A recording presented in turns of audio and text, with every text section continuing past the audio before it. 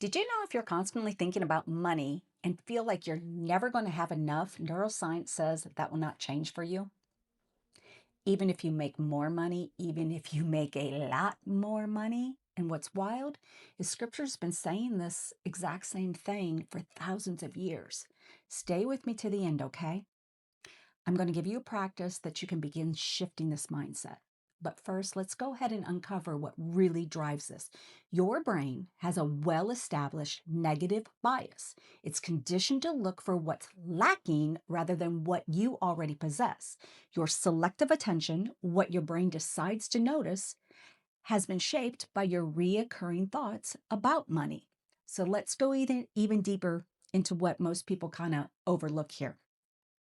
Your brain is not just it's not just filtering the present, it's predicting the future based from the past. And modern neuroscience calls this predictive processing. Your brain takes everything you've been told that you've told yourself and felt about money for the last 20, 30, 40 years and uses that history to forecast what's coming next.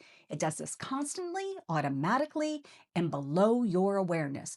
So even when nothing has gone wrong, your nervous system is already tensed up and your body is in a state of scarcity. You are anticipating a future your brain predicts based on an unchanging past. And this is why even as your income grows, as your lifestyle improves, your brain still insists this isn't enough because the brain does not know how to do anything other than what it's been rehearsing.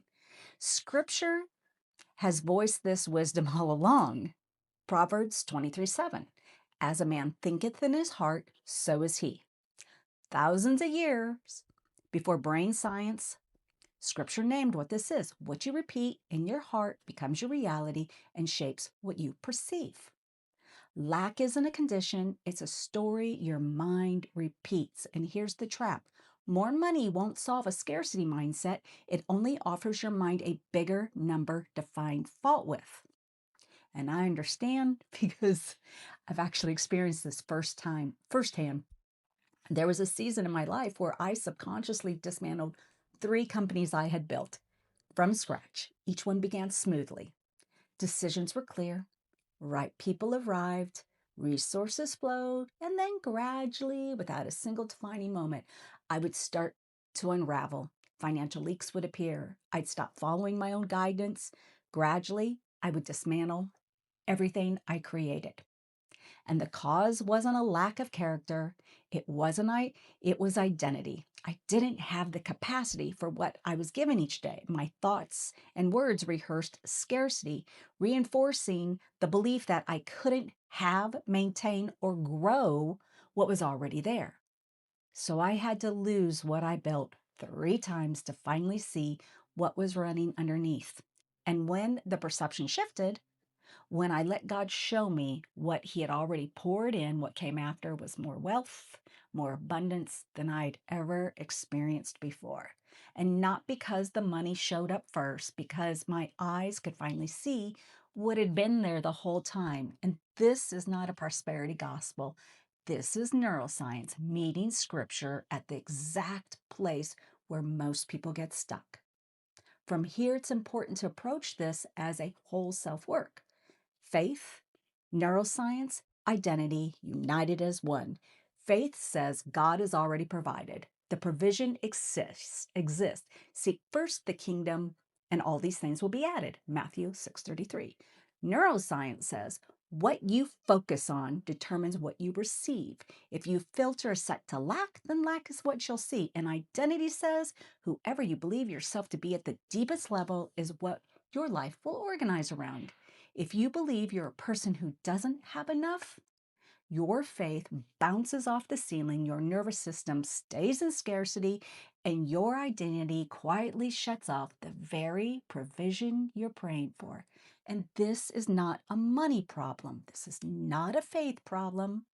This is a noise problem. And the noise is the rehearsed story of lack repeated until it becomes your identity. And now here's a step-by-step practice. We're going to go ahead and start shifting this. Get out a pen and paper, not your phone, pen and paper. Body needs to feel this. Step 1, Write everything down that actually reflects wealth in your life. Your home, your loved ones, your ability to provide, income, asset, investments, material things, health, mind, faith. And don't rush this. This is not a quick list. This is an inventory of what God has already poured in. Step 2, for the next 21 days, add to it daily. Bills paid serve as evidence.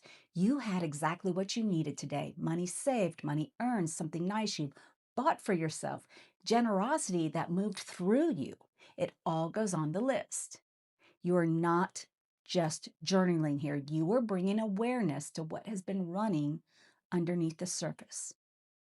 Now, 21 days isn't enough to fully rewire a lifelong conditioning, but it is enough to to spot the pattern. You can't change what you can't see, and so awareness comes first, choice follows, then new action. Repetition rewires over time. That is the work, and that is exactly what we walk through in depth on the Sacred Wealth Blueprint. I hope that you receive something from this, and I want you to go out and have a blessed day.